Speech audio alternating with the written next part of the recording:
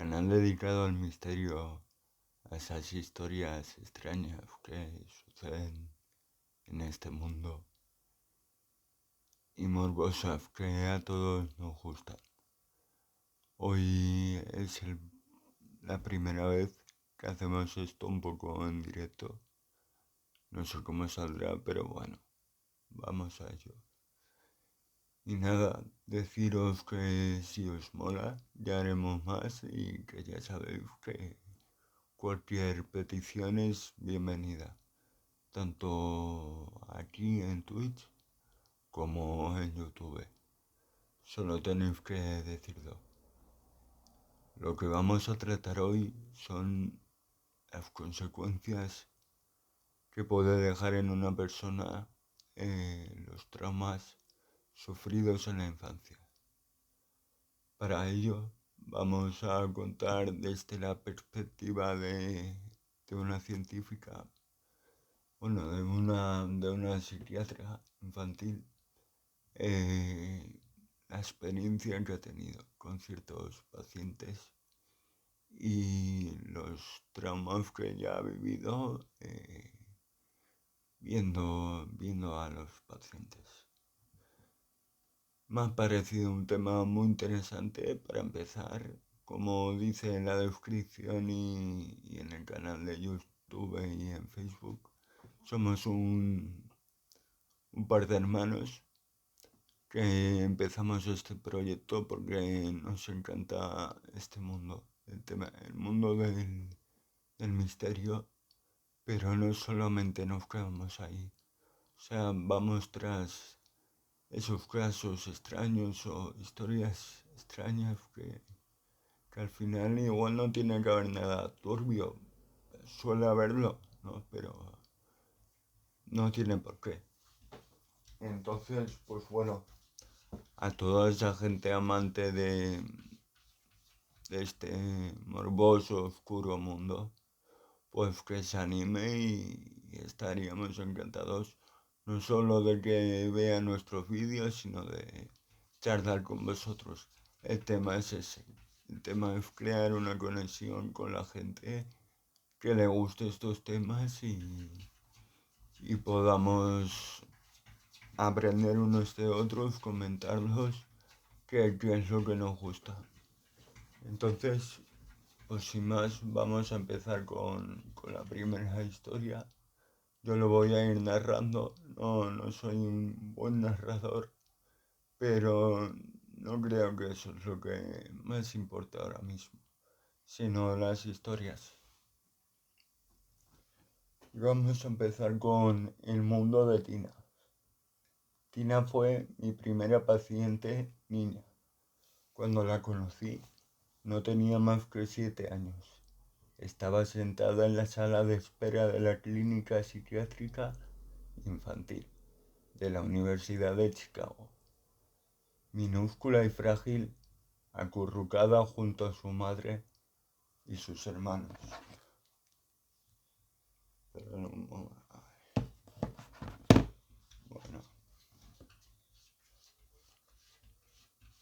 Acurrucada junto a su madre y sus hermanos, insegura sobre qué esperar de su nuevo doctor. Mientras la conducía hasta mi despacho y cerraba la puerta, no era fácil saber cuál de los dos estaba más nervioso. Si la niña afroamericana de 90 y pocos centímetros de altura, con trenzas meticulosamente peinadas, o el tipo blanco de 1,80 m y con larga melena de rizos ingobernables. Tina permaneció un minuto en el sofá mirándome de arriba abajo. A continuación, cruzó la habitación. Se deslizó hasta que estuvo sobre mi regazo y se acurrucó. Me pareció un gesto tan bonito que me emocioné. Qué niña tan dulce. Estúpido de mí. Se desplazó ligeramente, llevó su mano a mi entrepierna e intentó bajarme la cremallera.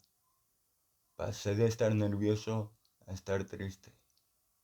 Le agarré la mano, la levanté y con cuidado la saqué de mi regazo. Tenemos que darnos cuenta que estas historias son reales, o sea, no son ficticias.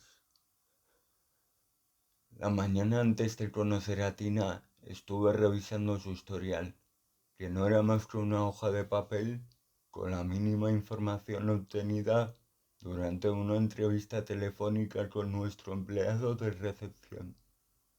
Tina vivía con su madre, Sara, y dos hermanos más pequeños. Sara se había puesto en contacto con la clínica de psiquiatría infantil porque el colegio de su hija había insistido en que fuera evaluada. Tina se había comportado de un modo agresivo e inapropiado. Tina se había comportado de un modo agresivo e inapropiado con sus compañeros. Se había exhibido delante de los demás. Había atacado a otros niños. Empleaba un lenguaje sexual y había tratado de incitarlos a participar en un juego sexual. No prestaba atención en clase y a menudo se negaba a seguir instrucciones. Que bueno, que eso último yo creo que es lo menos grave. Y aquí podemos un poco ver por dónde pueden ir los tiros. El problema de esta niña, ¿no? De por qué actúa así.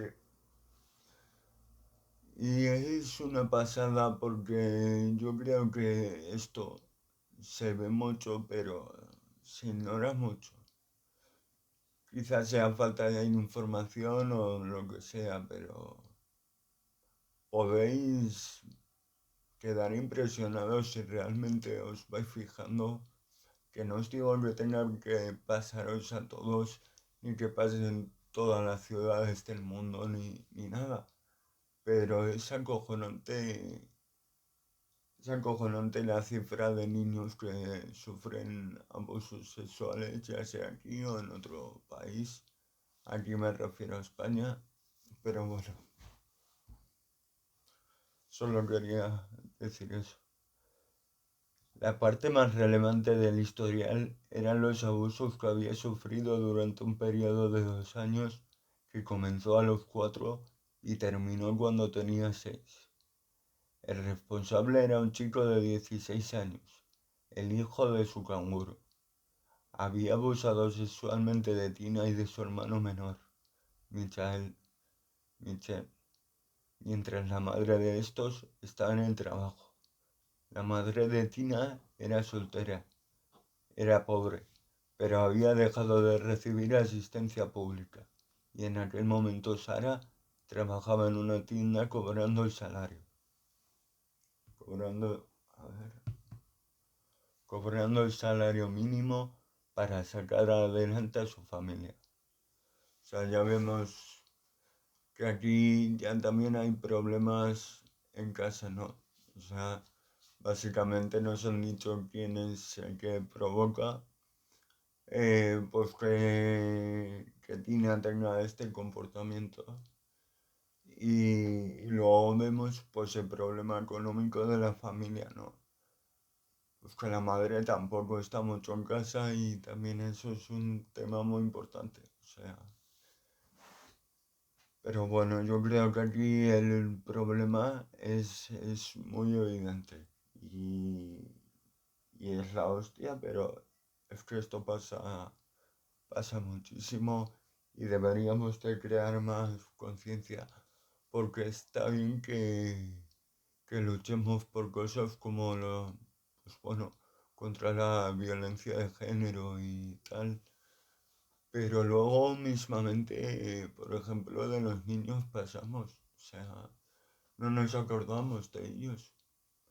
A veces parece que tenemos hijos pues por moda, por lo que hace todo el mundo, pero si tú tienes hijos, pues es porque quieres y si no los querías y han venido, es que seguramente empezarás a sentir cosas que antes no sentías.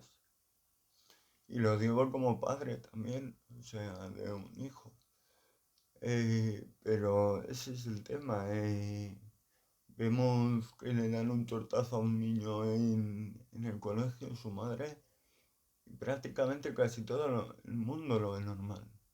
Eh, yo he llegado a ver que hasta propia chinas, los cipayos, lo ven hasta normal, porque le han llegado a decir, a mí no, pero a conocidos míos sí,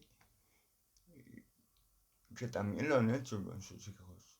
Tenemos eso tan normalizado que nos escandalizan unas cosas que sí, coño, tienen importancia, pero también la tiene esto. Y no se le está dando ninguna prioridad. Y yo creo que la necesita. Vamos a seguir. Sara nunca volvió a permitir que su vecina cuidara de sus hijos. A ver, espera.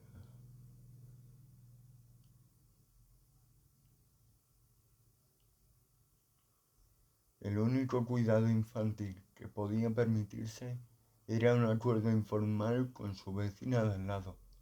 Por desgracia, aquella vecina frecuentemente dejaba a los niños con su hijo para irse a hacer recados. Y su hijo estaba enfermo. Ataba a los niños y los violaba, los sodomizaba con objetos extraños y amenazaba con matarlos si se lo contaban a alguien.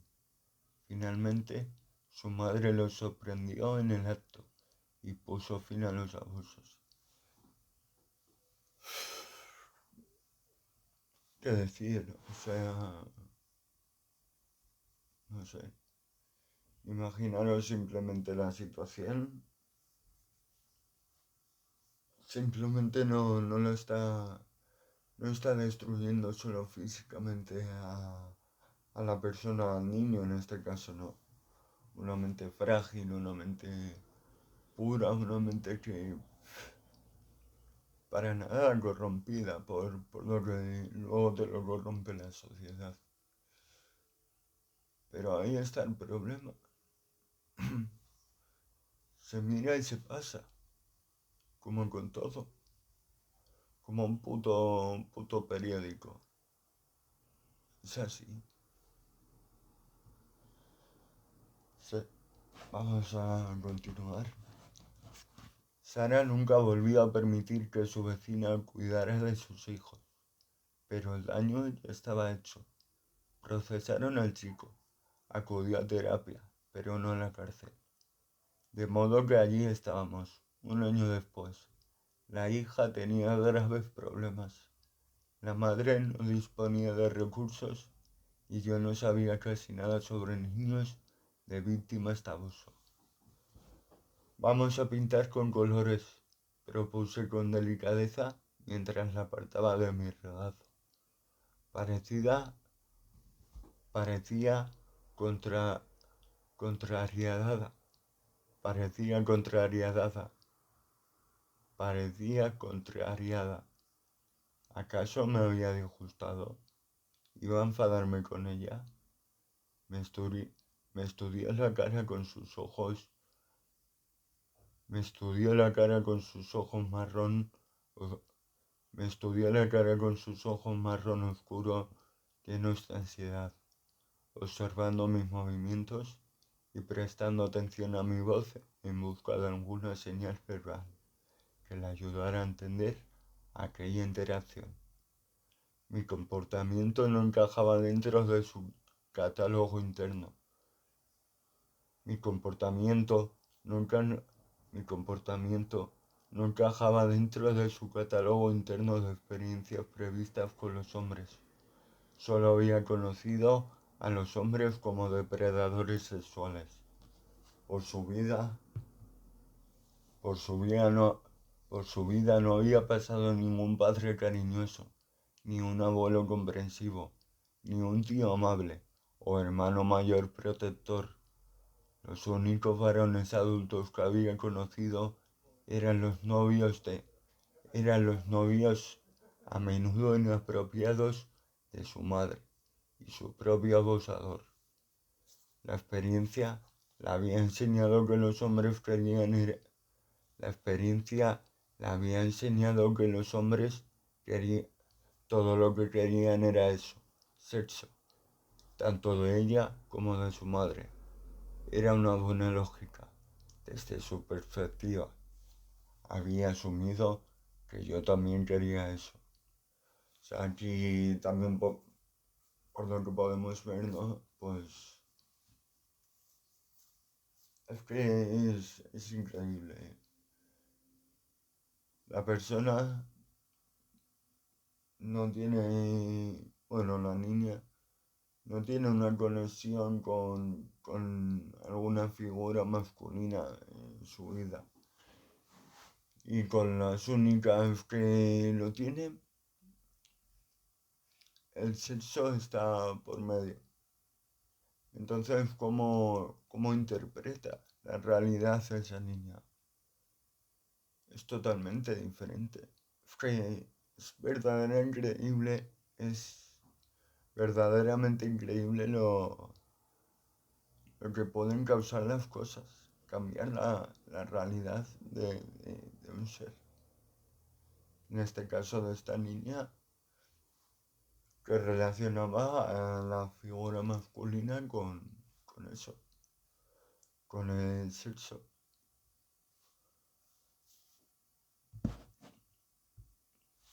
¿Qué debía hacer? ¿Cómo pueden modificarse los comportamientos o creencias cristales tras años de experiencia con tan solo 1 hora de terapia a la semana? Ninguna experiencia ni entrenamiento previo me había preparado para esta niña. No la comprendía. Interactuaba con todo el mundo como si lo único que esperaran obtener de ella fuera sexo, incluso las mujeres y las niñas. ¿Era esa la única manera que conocía para hacer amigos? Su comportamiento agresivo e impulsivo en el colegio estaba relacionado con esto. Pensaba que la estaba rechazando y de ser así, ¿cómo le afectaría? Era 1987. Era profesor de psiquiatría infantil y adolescente en la Universidad de Chicago y tenía por delante los 2 años finales en una de las mejores formaciones médicas del país. Llevaba casi 12 años de formación postuniversitaria. Tenía un doctorado en medicina y había concluido una residencia de 3 años en psiquiatría médica y general. Dirigía un laboratorio dedicado a la investigación de Bueno, pues aquí nos cuenta un poco todo lo que ha hecho él, que básicamente pues antes a esta historia, nos cuenta que en los años 80 pues los psiquiatras infantiles y demás no asociaban esas conductas extremadamente agresivas y turbias, no las conectaban con que pudiesen ser algún trauma generado en esa infancia, ¿no? Y esta persona pues se quedó con esa mosca, ¿no? Y al principio pues empezaron a hacer estudios con insectos, pues en la edad temprana, ¿no? Y según que les hacían a que se les ponía al insecto, su conducta cambiaba, o sea, cambiaba. Entonces esta persona decidió probar tratando con niños con problemas psicológicos, con problemas de conducta, y empezó a indagar en esa teoría, en la teoría de que esas conductas podrían ser causa de experiencias traumáticas. Y aquí, pues bueno, hay, nos cuenta que, a ver, después de tanto tiempo, todo cuanto se me ocurrió hacer fue sentarme con Tina en una mesita que tenía en mi despacho y ofrecerle una caja de lápices de colores y un libro para colorear. Ella lo abrió y se puso a pasar las páginas. ¿Puedo colorear este? Preguntó suavemente. Era evidente que no estaba segura de qué debía hacer en aquella situación. Por supuesto, le dije. ¿De qué color lo pinto el vestido? ¿Azul o rojo? Rojo. De acuerdo. Tina sostuvo la página que acababa de colorear como si esperara tener mi aprobación. ¡Qué bonito!, le dije. Tina sonrió. Nos pasamos los siguientes 40 minutos sentados en el suelo, uno al lado del otro, coloreando en silencio, echándonos hacia adelante para coger tal o cual color, enseñándonos nuestros progresos y tratando de acostumbrarnos a estar en el mismo espacio con una persona extraña. Al finalizar la sesión, acompañé a Tina a la sala de esperar de la clínica. Su madre sujetaba a un bebé mientras hablaba con su hijo de 4 años. Sara me dio las gracias y concertamos una nueva visita para la semana siguiente. Cuando se marcharon, supe que necesitaba hablar con un supervisor con más experiencia que fuera capaz de ayudarme a descifrar cómo ayudar a aquella niña. El término supervisión en programas de formación de salud mental resulta engañoso. El tiempo que pase como médico interno aprendiendo a colorear una vía central, ejecutar un código o extraer sangre. A colocar, perdón.